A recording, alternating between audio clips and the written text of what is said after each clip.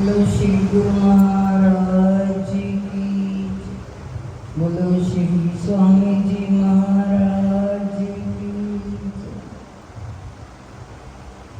मेरे हृदय सम्राट, मेरे इष्टदेव मंचर सिंह, मेरे श्री गुरु महाराज जी का प्यारा प्यारा बगीचा, प्यारे प्यारे बगीचे की इतने सुंदर फूल, मेरे भाई और बहनों, आपके समक्ष चंद मिनटों के लिए कहना है। देखिए, सबने अपने अपने दिल की बात कही। हर दिल में उसकी याद है।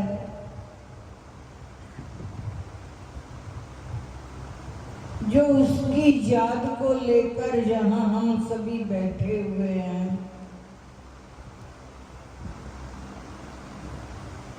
कहते हैं सतगुरु हमसे दूर नहीं, तेरा भी कसूर नहीं, वेखन वाली अख जेड़ी ओदे विच नूर नहीं। कौन कहता है कि वो हमसे दूर है? जिसने समझा है दूर, वो खुद ही दूर है। वो शक्ति, वो शब्द रूप में आकर हमारे में विराजमान है, लेकिन वो शक्ति वहां पर रहती है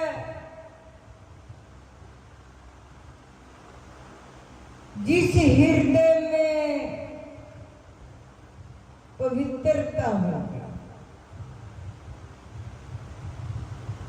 कहते हैं फकीर के पास जाओ तो कोई ना कोई सवाल यदि पूछना हो तो अपनी जिंदगी के बारे में पूछना चाहिए।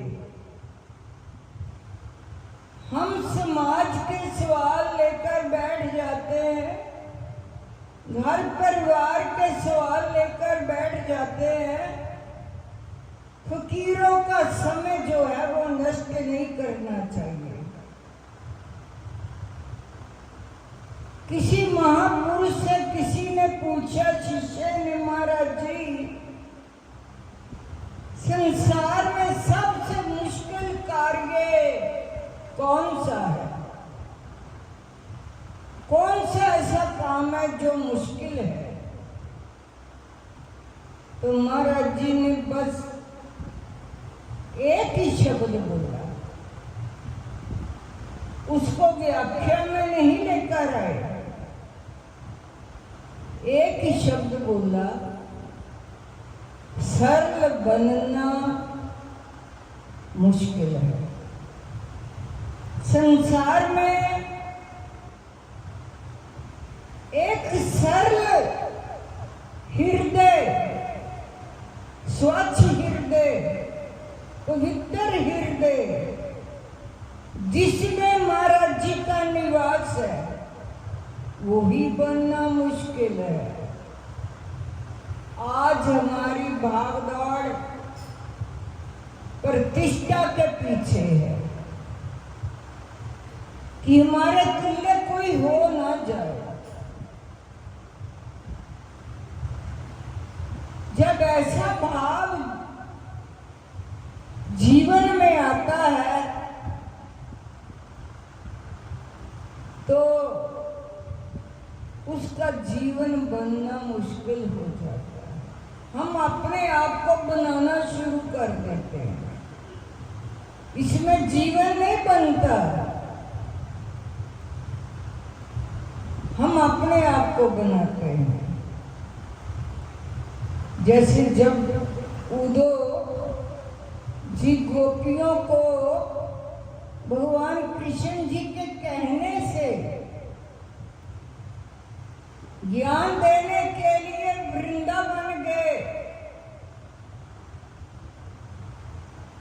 तो गोपियां इतनी सरल थी, इतना उनके हृदय में प्यार था, इतनी भाव मगन थी, उनको पता ही नहीं चला कि भगवान कृष्ण हमें छोड़कर मथुरा में चले गए। कोई ज्ञान नहीं। जब उन्होंने देखा कि ये तो इतनी मस्त है, इनको पता ही नहीं है कि भगवान कृष्ण छोड़कर इनको जा चुके हैं, लेकिन वो एक दूसरे को कहना कहना करके बुलाते हैं। सखियां एक दूसरे को कहना कहना करके बुलाती हैं। क्यों कहना कहना करके बुलाती हैं? क्योंकि उनको दूसरी सखी में अपना प्रीतम नजर आता है, अपने भगवान कृष्ण नजर आते हैं।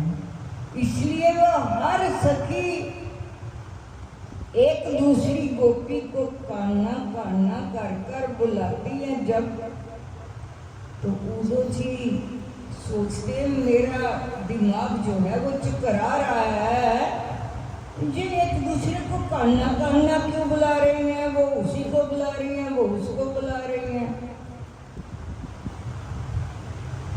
जब उनसे कहा गया, कहते कान्हा, ये तो कान्हा ही है, कान्हा कहाँ चले गए? हमें छोड़कर नहीं जा सकते। इतनी मगन हो गए। तो उदो का ज्ञान वहां काम नहीं है। वापिस आकर सारी राम कहानी भगवान कृष्ण जी को बता दी कि वो तो एक दूसरे को कान्हा कान्हा बुला रही थी। उनको पता ही नहीं है कि आप मथुरा में आ गए हो। तो ऐसा एक भाव समाधि होती है जो सरल बन जाता है, जो निष्कपट बन जाता है। उस हृदय में उस मालिक का, मेरे गुरुदेव का, मेरे स्वामी जी महाराज जी का निवास होता है। हमें 10-15 रोज की बात है, मैं यहाँ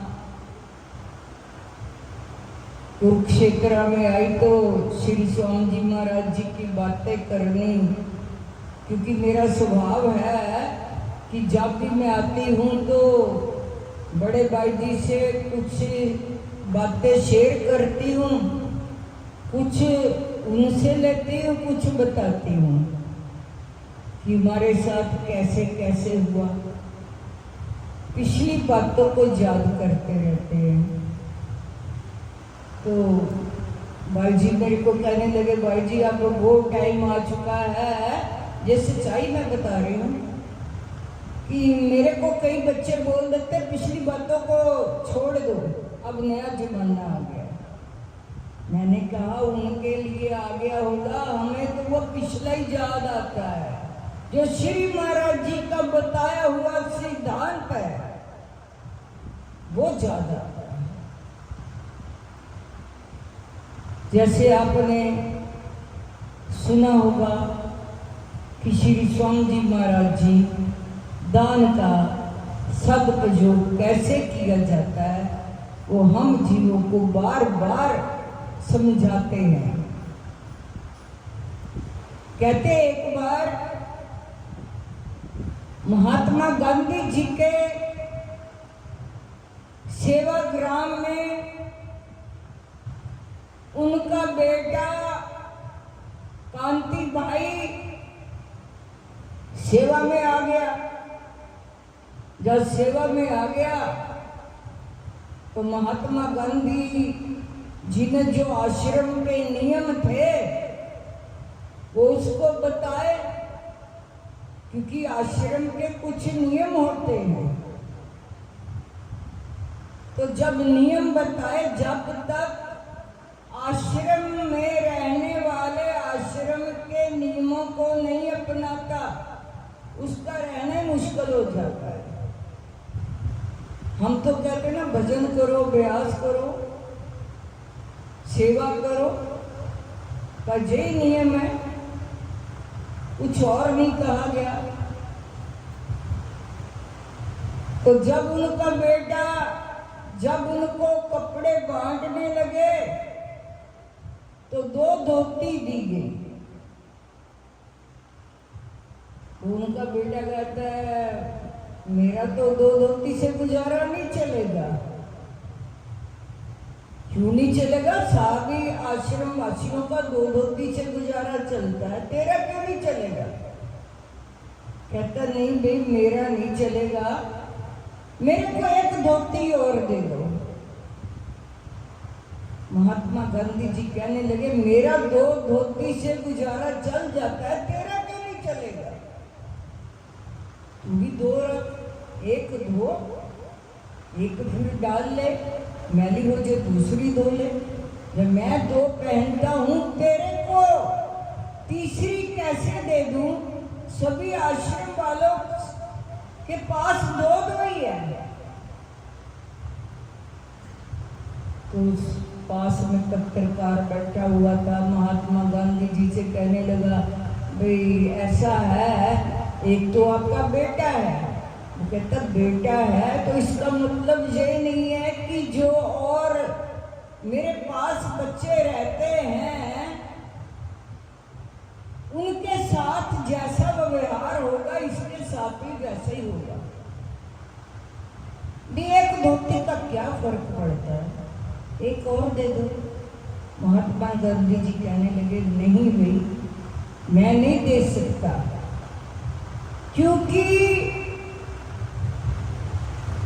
ये स्वतंत्रता संग्राम के लिए पैसे आते हैं। मैं जनता को क्या जवाबदेही दूंगा? इसकी आदत खराब हो जाएगी। मैं इसको धोती नहीं दे सकता, इसकी तो संग्रह करने की वृत्ति हो जाएगी। मैंने 2 ही देंगे। तो मेरे को श्री स्वामी जी महाराज जी की याद उसी वक्त हृदय में आ गई कि ये बात तो सच है कि एक बार श्री स्वामी जी महाराज जी फगवाड़ा में आए, और जब पंजाब में आते थे फगवाड़ा, तो कहीं भी जाना होता था पंजाब में तो मेरे को साथ लेकर जाते सेवा में। तो मेरे को जलंधर ले गए, जलंधर ले गए, कहने लगे, भाई जी फुला फुला हमारे भक्तों की दुकान है, वहां पर चले जाओ, आप वहां से कुछ शाले जो है वो खरीद कर ले आओ। वो शाले जितने बच्चे थे कुरुक्षेत्र में या और आश्रमों में, वो सभी के लिए खरीद कर ले आए।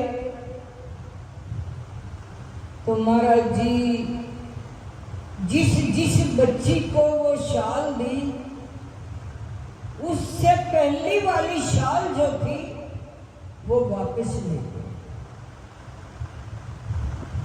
तब नहीं। कहते इन बच्चों को ये आदत ना पड़ जाए कि एक से दूसरी भी लेनी है। इस कैटेगरी में मैं भी हूं, मैं ऐसा नहीं बोल रही कि हम लोग नहीं ले रखते, रखते जरूर है। अगर कोई मांग ले उसी वक्त उसको दे भी देते, ऐसा भी भाव होना चाहिए, संग्रह करके नहीं रखना चाहिए। श्री स्वामी जी महाराज जी नहीं देते थे, पहले वाली ले लेते थे। अपने बच्चों को यही शिक्षा दी कि दान का सदुपयोग कैसे करना चाहिए। जे हमारे श्री स्वामी महाराज जी के बहुत बड़े बड़े सिद्धांत हैं जिनको हम लोग अपने जीवन में अभी तक मेरा मतलब अपना ही नहीं सकते। हम एक दूसरे को बात बड़ी आसानी से कह देते हैं, लेकिन जो अमल करना होता है वो एक अलग चीज होती है। लेकिन इतना मैं जरूर कहूँगी, ज़्यादा नहीं तो थोड़ा थोड़ा श्री स्वामी महाराज जी का जो हमें बच्चों को वरदान दिया है कि तुम लोग शहंशाहों के भी शहंशाह हो, उनका वरदान है। कमी किसी को भी नहीं है, बांटने की इच्छा होनी चाहिए। जोड़ना विषाद है, बांटना प्रसाद है। जोड़ेगा वो विषाद होगा, वो दुखद होगा, लेकिन बांटेंगे वो प्रसाद होगा, वो सुखद होगा। हमारी जिंदगी को भी सुखद करेगा, दूसरे की जिंदगी को भी सुखद करेगा। ऐसे शहंशाह हमारे श्री स्वामी जी महाराज जी, जिन्होंने जीवन में बिल्कुल सादापन अपनाया। जब हम लोग गर्मियों में आते यहाँ देखते थे, आंगन में चारपाई लगाई होती थी और वो चारपाई भी वो दूसरी वाली होती थी, पान वाली, और उसके चरणों की ओर एक खेत सा होता था, उसको बिछाया होता था, एक सिरहाना रखा होता था। और इतना सादा जीवन, ये कहने की बात नहीं, देखी हुई उनका बिस्तर हम लोगों ने बिछा कर रखा, लेकिन उन्होंने वो एक ही खेस पर अपने जीवन को सादा जीवन जिया। और कैसे कैसे मेरे को आज भी याद है, जब सर्दियों का भंडारा शिवरात्रि का आया तो सभी संगत जब आराम करने लगी, हम श्री स्वामी जी महाराज जी के कमरे में चले जाते थे। कहने लगे, बच्चों आपके पास कोई ओढ़ने के लिए नहीं है? हमने बोला, नहीं दी, कुछ भी नहीं है। उसी वक्त अपनी रजाई जो 3 पाँव की थी, 3 पाँव रुई होती थी उनकी रजाई में, इससे ज्यादा नहीं होती थी, और वो हमको दे दी, आप लेकर लेट जाओ। अपनी लोई लेकर महाराज जी बैठ गए। ऐसा उनका जीवन का तप का सारी रात 12 बजे सत्संग की समाप्ति होनी, उसके बाद अभ्यास पर बैठ जाना। सुबह चाय का टाइम हो जाना, चाय पी लेनी, साथ में हम लोगों को भी बिठा लेना कि बच्चों आओ चाय पिए। ये उनका प्यार था। हम जी भूल नहीं पाते कि आज यदि कहा जाए तो एक एक शब्द, उनका वचन, वो हमारे हृदय में इस तरह से बसा हुआ है, वो हमसे जुदा नहीं है। कौन कहता है कि वो हमसे जुदा है? वो तो हमेशा ही हमारे सांस सांस में उनकी रहनुमाई है। बोल